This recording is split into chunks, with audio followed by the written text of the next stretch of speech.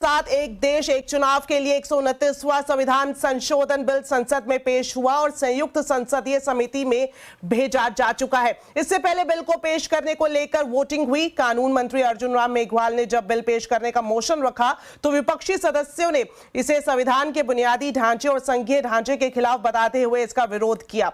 बाद में नई संसद में पहली बार इलेक्ट्रॉनिक वोटिंग के जरिए मत विभाजन किया गया। बिल पेश करने के पक्ष में 269 और विरोध में 198 वोट पड़े। बिल का विरोध करते हुए कांग्रेस नेता मनीष तिवारी ने कहा कि यह बिल लोकतांत्रिक मूल्यों के भी खिलाफ है। वहीं एनसीपी की सुप्रिया सुले ने बिल को राज्यों के अधिकारों का अतिक्रमण बताया। इसके अलावा शिवसेना यूबीटी के अनिल देसाई ने कहा कि चुनाव आयोग की निष्पक्षता पर काम करने की बजाय सरकार ऐसे बिल के जरिए संघीय ढांचे पर प्रहार कर रही है। साथ ही साथ कांग्रेस के गौरव गोगोई ने कहा कि एक बार में चुनाव कराकर पैसे बचाने का तर्क बिल्कुल निराधार है।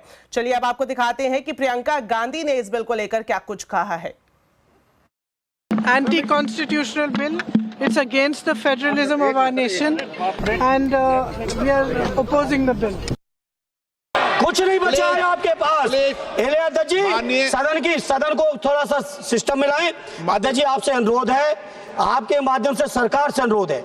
जनता ने बड़ी उम्मीदों के साथ हम सबको भेजा है और हम सब लोगों की जिम्मेदारी है ये संविधान विरोधी, संघीय ढांचे विरोधी, बेसिक स्ट्रक्चर विरोधी कई केसों की चर्चा की मनीष तिवारी जी ने, मैं उनके साथ जोड़ते हुए माननीय सर्वोच्च न्यायालय की भावनाओं के विरोधी, गरीब विरोधी, दलित विरोधी, पिछड़ा विरोधी, मुसलमान विरोधी इस नीयत को वापस लो। ये अध्यक्ष जी आपके माध्यम से मेरी आपसे प्रार्थना है। बहुत बहुत धन्यवाद।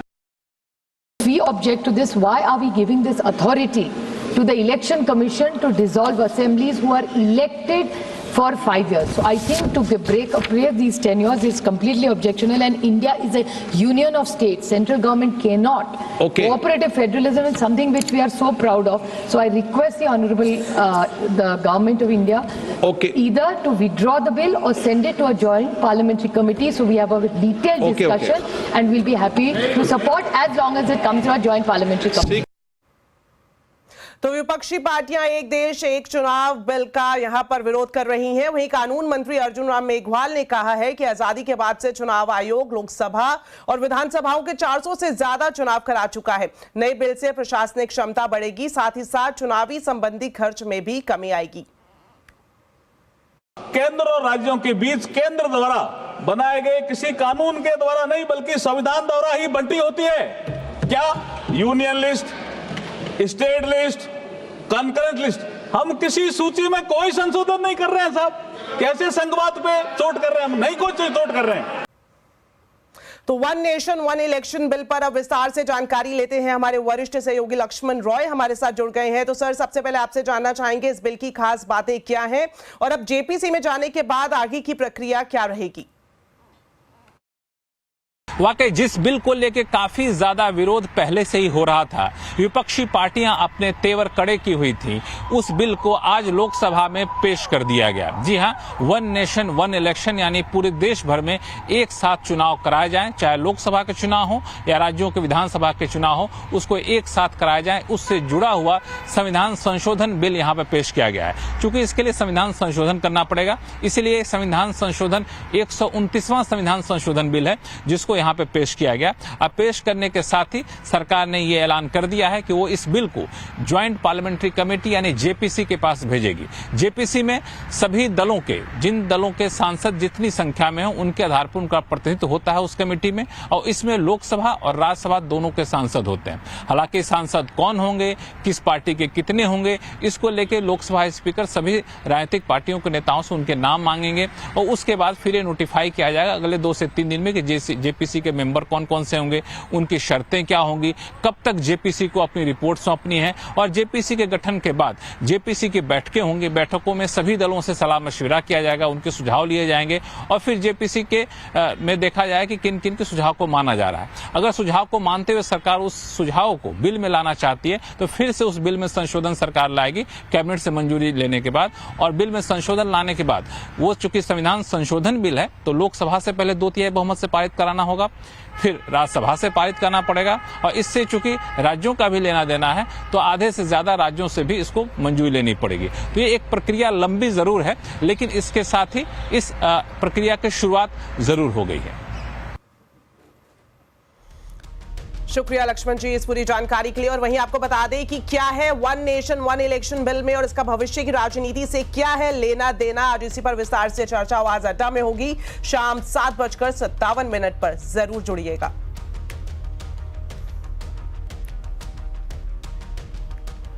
चलिए अब आपको बताते हैं बाजार का पूरा हाल। कारोबारी हफ्ते के दूसरे दिन बाजार में मुनाफा वसूली रही। सेंसेक्स निफ्टी 1% से ज्यादा की गिरावट पर बंद हुआ। सेंसेक्स की बात करें तो 1064 पॉइंट गिरा, वहीं निफ्टी 332 पॉइंट फिसलकर बंद हुआ। आज के बाजार में mid cap small cap shares में दबाव देखने को मिला। डिटेल्स लेते हैं कंचन नौटियाल से। तो कंचन, आज बड़ी गिरावट का दिन रहा, बताइए किन सेक्टर में सबसे ज्यादा गिरावट देखने को मिली?